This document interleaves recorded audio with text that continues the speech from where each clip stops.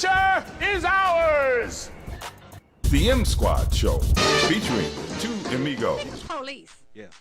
Can we jump into that right Yeah, quick? let's go ahead and do it. You know, we dove a little bit into, we kind of oversaw it because it was the holidays. Right, We're right, trying right. to keep the Christmas spirit up. Try to keep it jovial. We try to keep it. But you know, I've said a lot on Facebook and all of that, and people, African American, have been saying and calling other African American coons. Can I say that? Okay. I mean, it's a historical term. You know? Right. So they were going back and forth, and so my argument was, I said, why are you trying to create more division between your own race that's already divided? That's already divided. Now you're triple dividing it, and then the reason why people aren't speaking up anymore is because they're being bullied on Facebook. Why would I want to speak up on a topic that you're going to come down on me because I just don't want to be the extrovert in the solution? Well, let me be in the introvert, and let me be the strategic to go inside and infiltrate. Well, see, that's the problem with a lot of us, man, and I can speak on it, you know. From Yeah, you can, because yeah, I can't. I speak on it. You slap the mess out of me. Oh, we doing it? We doing it like no, that? It won't be me. It'll be like a million of us outside. We shall over. But Protest and Sensation Station Network. Get that. there goes some ratings for your ass. But I no, was gonna say get that wet back, but I ain't. I'm sure. But okay, wow, you just really went somewhere. But Yeah, the problem with that is, like you said, we are already divided. So it's the quintessential being in high school and you know the answer, but you don't want to say the answer because you know that everybody else is gonna clown you or they're gonna berate you and all this other stuff, man. So that's really what's going on. We have a very myopic view. Yes. Of how things and justifiably so, you know, because we've gone through some things. Everybody's gone through some things, but you know, us in particular, like we feel like we've gone through a lot and have not had reparations for you know, said things that have happened to us. So we feel a little like, you know, we feel a little bamboozled. We feel a little like, you know, we've been played to the left a little bit. So when someone comes to us and gives us something that you need to be objective towards, we like, man, yeah, whatever, you know. So I can see where the pessimism, you know, comes into play, you know, with a lot of it. However, I am a person of objectivity. You know, I want to be objective. I want to be able to, and I teach my kids and whomever else who will listen that, like, let's get all the facts first, man.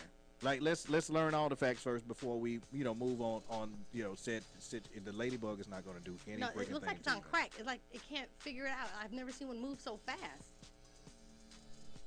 Did it get into your bag, Michael? Not this bag. I got another one there. Oh, I'm just saying, he scared me. Got close to your head. I was like, oh, let him land on your face. This is what I deal with every day, people. Not every day. I'll let you have a day or two off in between. Yeah, sir. No, so I understand. You're very objective. You're more, you look at both sides of everything. And that's what I was trying to explain on the Facebook. Literally is enhance me and support me for my strengths, right? Which is, Michael, if you're the extrovert and I'm an introvert, let you go out there and protest and be the ha ha ha ha. Let me be the one to go hobnob with the people, be silent, and infiltrate from the inside. That's how you win.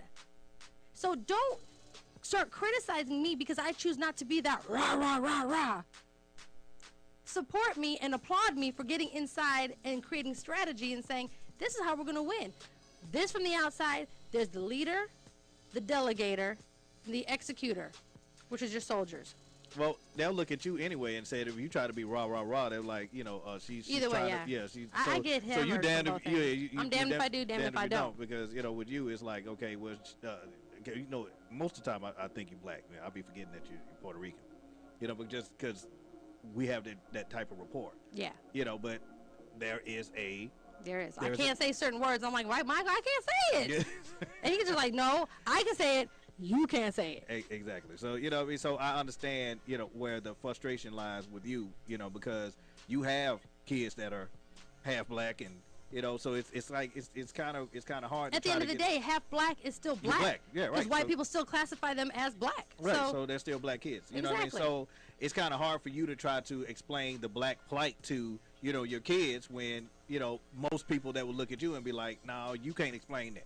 You know, and I'm like, I really can, because I not only that, I'm a victim of some racism because too. It's not a black plight, it is a plight. Right. Period. But if people did this, and to really end all the arguments and the back and forth calling each other names, Right is right, wrong is wrong. There is no color. So if you start looking at it from right is right, wrong is wrong, and no color, you can start to see and make it a systemic reaction of change. Right is right, wrong is wrong. Absolutely. So when there's certain cut and dry things, no matter how emotionally you are making an emotional decision, but if you can't sit there and say it ever happened to you personally, you're only going off of others people's emotional reaction. Right. Right is right, wrong is wrong. Michael, let me ask you this. Go ahead. Have you ever been into a store and you got followed around just to go buy some juice or something? Have you personally ever been followed? Yes. Okay. This has happened recently. Were you in well, anything? Okay, anything now recently is kind of hot topics because of all of the energy surrounded about it. But I challenge some people: if you've never been followed, and if you've never been, what do you call it? Been suspicious, you know what I'm saying? Or Right. what? You get Profiled, yeah. right?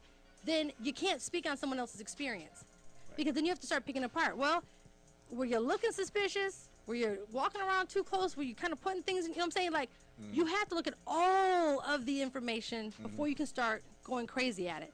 So all I'm saying is if everyone looks at right is right, wrong is wrong, there is no color, we can have better, fair judgments. Well, I will say this. We as a people are a proverbial powder keg. What? A powder keg. Powder keg? You know what a powder keg is? No. When you, like, it's a powder keg full of basically TNT. And if Okay. you light that match, it's all we need is a fuse to, like, to set it off. And that fuse can be anything.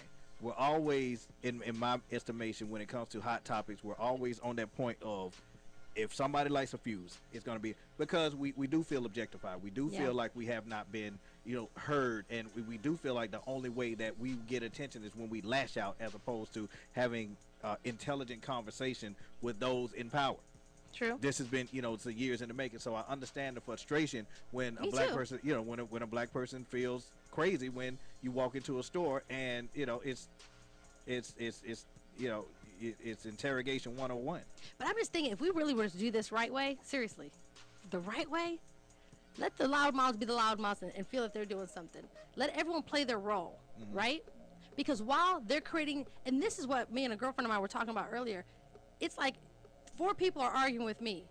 Next thing you know, because of misunderstanding, those 4 people start arguing with each other. I walk out the room. Yeah. It's not about me anymore. Yeah. But guess what? If you look at it with a Caucasian and African American side, before African Americans start fighting and doing all this, the white man goes over here and starts plotting on how to, because now the focus is off the problem. It became a misinterpretation between other folks. But again, you can't argue the fact. Right is right, and if you look at everything objectively, like right is right, wrong is wrong. I love having these discussions with you, Michael.